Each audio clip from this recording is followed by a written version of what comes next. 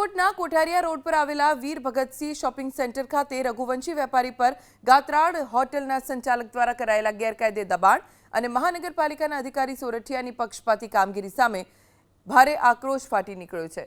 રઘુવંશી યુવા શક્તિ સંઘના ગુજરાત પ્રદેશ પ્રમુખ કેડી રઘુવંશીની આગેવાનીમાં મોટી સંખ્યામાં સમાજના અગ્રણીઓ, યુવાનો અને વેપારીઓએ મનપા સેન્ટ્રલ કચેરી ખાતે પહોંચીને વિરોધ પ્રદર્શન કર્યું।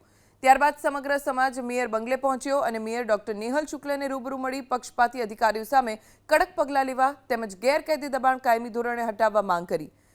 શોપિંગ સેન્ટરમાં આવેલી ગાત્રાડ હોટલના માલિક અને સ્ટાફ દ્વારા રઘુવંશી વેપારીને લાંબા સમયથી માનસિક ત્રાસ આપવામાં આવી રહ્યો હતો। આ બાબતે ગત 12 ઓગસ્ટના રોજ વિવાદ વકરતા 13 ઓગસ્ટે ડીસીપી ઝોન 1માં લેખિત અરજી પણ થઈ। ભક્તિનગર પોલીસ સ્ટેશનના પીઆઈ દ્વારા કાનૂની કાર્યવાહી હાથ ધરીને મામલો થાળે પાડવામાં આવ્યો હતો, પણ 20 ઓગસ્ટના રોજ હોટલ સંચાલક દ્વારા ફરીથી પતરા, ચાનો થડો, પાણીનું કુલર અને બાકડા ગોઠવીને ગેરકાયદે રસ્તો રોકી દબાણ ઊભું કરી દેવામાં આવ્યું। આ ગેરકાયદે દબાણ અંગે મહાપાલિકાની દબાણ હટાવ શાખા અને મ્યુનિસિપલ કમિશનરને તાત્કાલિક ફરિયાદ કરવામાં આવી હતી। ઘટના સ્થળે તપાસ અર્થે આવેલી મનપાની ટીમ અને અધિકારી સોરઠિયાની કામગીરી સામે ગંભીર સવાલો ઊભા થયા છે। પ્રશાસન દ્વારા રઘુવંશી વેપારીનું નાનું બોર્ડ તાત્કાલિક દૂર કરવામાં આવ્યું, પરંતુ સામે પક્ષે ગાત્રાળ હોટલનું મોટું દબાણ હટાવવા કે સામાન જપ્ત કરવાના બદલે માત્ર સામાન અંદર લઈ લો તેવી શિખામણ આપી સંતોષ માન્યો।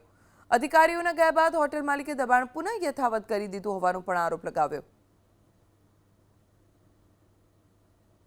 आज सोरठिया साहेब जे दबाण हटाव शाखाना अधिकारी छे तेना द्वारा गात्राड होटल खाते તેમજ અમારા રઘુવંશી સમાજના વેપારી છે તેમની દુકાન ખાતે ચેકિંગ હાથ ધરાયું હતું। તે દરમિયાન અમારા રઘુવંશી સમાજના વેપારીને નાનકડું બોર્ડ હતું, એ બોર્ડ હટાવી લેવા સૂચના આપીને તાત્કાલિક ધોરણમાં એ બોર્ડ હટાવી લીધું। પણ ગાત્રાડ હોટલમાં જે અડચણરૂપ માલ સામાન છે અને જે પતરાનું ગેરકાયદેસર બાંધકામ છે તે અંગે માત્ર સૂચના આપીને તે અધિકારીઓ ત્યાંથી જતા રહ્યા। ત્યારબાદ અમે બારૈયા સાહેબને પણ ટેલિફોનિક રજૂઆત કરી, મેયર સાહેબને ટેલિફોનિક રજૂઆત કરી, પણ પક્ષપાતની નીતિ અપનાવીને હજી સુધી તેના પર કોઈ કાર્યવાહી કરવામાં આવેલ નથી। આથી તે બાબતે અમે અત્યારે મેયર સાહેબને ઉગ્ર આંદોલન કરીને રજૂઆત કરવા જઈ રહ્યા છીએ।